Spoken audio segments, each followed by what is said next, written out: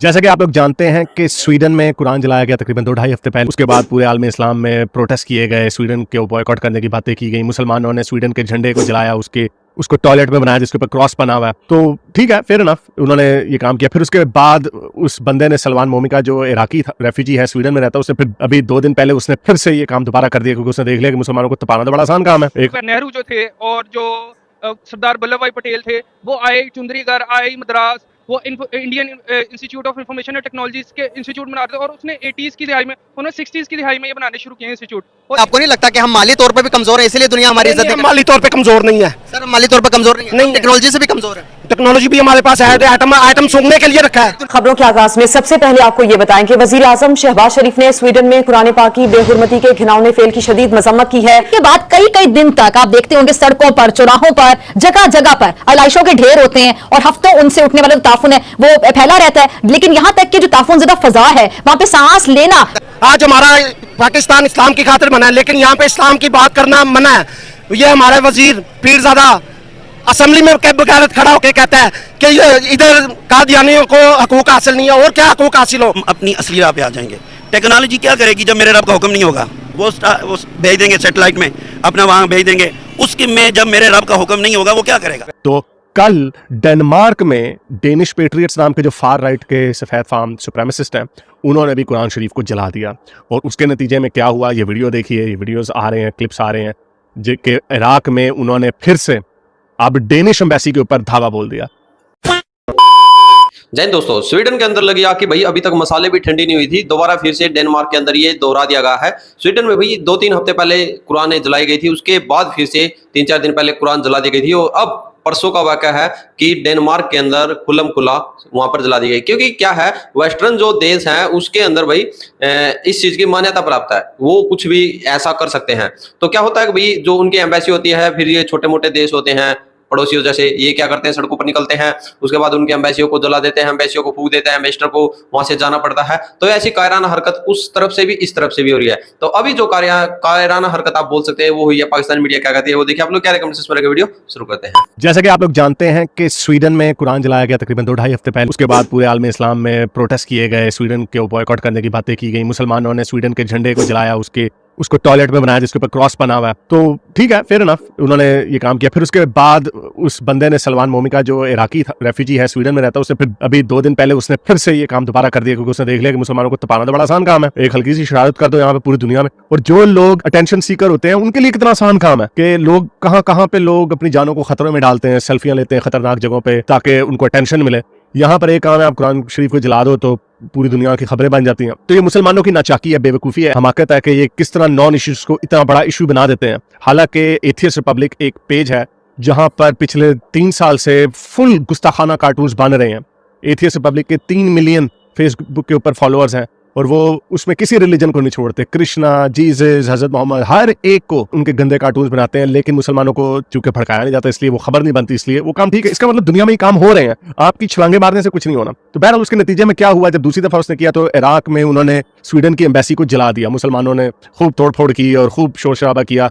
लेकिन मैंने अपनी जो आखिरी वीडियो डाली थी उसमें ये बताया था क्या ये काम रुक जाएगा? ऑब्वियसली नहीं रुकेगा, और ये काम मजीद होगा और ज्यादा होगा। कल डेनमार्क में डेनिश पेट्रियट्स नाम के जो फार राइट के सफ़ेद फार्म सुप्रेमेसिस्ट हैं, उन्होंने भी कुरान शरीफ को जला दिया।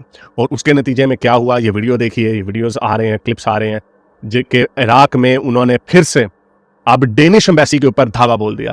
पिछली दफा, जब दूसरी दफा सलमान मोमिका ने जब कुरान इस दफा उसने जलाया, उसने ट्विटर मारे और उसने मुक्तदाल सदर की तस्वीर जलाई, इराक के झंडे से जूता साफ किया और उसको भी जला दिया।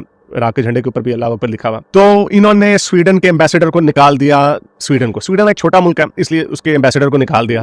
ईरान ने भी निकाल दिया, 2 मुसलमान मुल्कों ने निकाल दिया। अब डेनमार्क में भी ये काम हो गया है, क्योंकि इसकी इजाजत पूरी वेस्टर्न वर्ल्ड में है।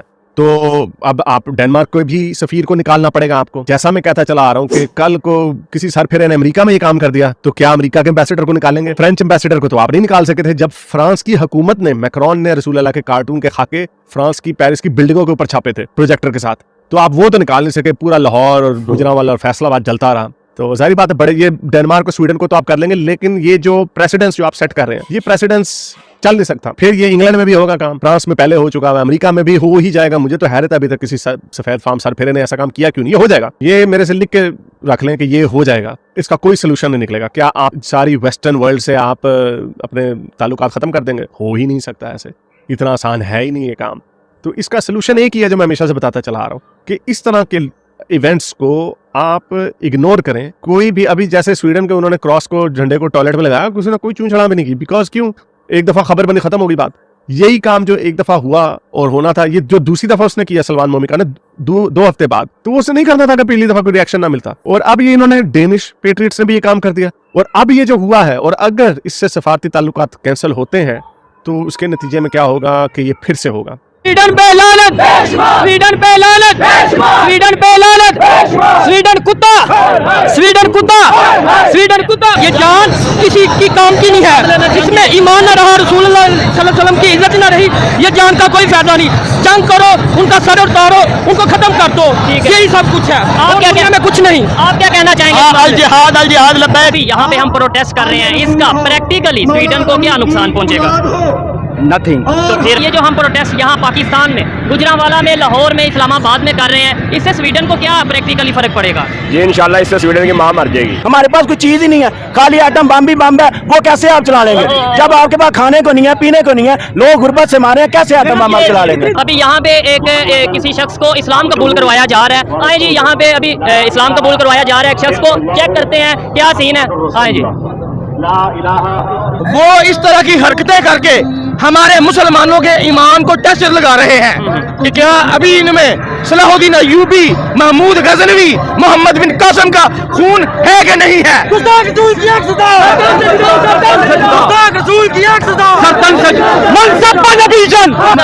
एक ही मौकफ है, गुस्ताख रसूल का जो हामी है ओरिजिनल। तो भाई आप लोगों ने देखा कि पहले तो जो स्वीडन के अंदर हुआ था, अब वो दोबारा हो गया है भाई डेनमार्क के अंदर, ठीक है। और वहीं पाकिस्तान में जब स्वीडन में ये हरकत की गई थी तो गुजरेवाला और लाहौर की सड़कों पर एक पार्टी की तरफ से कई दिन धरना भी रखा था, क्योंकि भाई इनकी मांग थी कि स्वीडन के जो एम्बेसी है उसको वही जला जाए, उसके एम्बेसडर है उसको वहाँ से निकाला जाए, उसको वहाँ पे फूंक दिया जाए। क्योंकि भाई जो कई बार ये हुआ था इराक में, जो इराकी नागरिक था वो रिफ्यूजी बनकर गया था स्वीडन, और स्वीडन के अंदर जाकर उसने ये हरकत कर दी थी।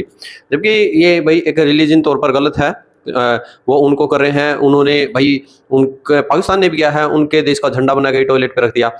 ये एक बुरी हरकत कह सकते हैं, गलत हरकत। यानी कि उस बंदा गलत था तो उसने पूरे देश को रिप्रेजेंट किया, और जो उसने कुरान जलाई वो पूरे मुस्लिम समुदाय को ठेस पहुंचाई थी।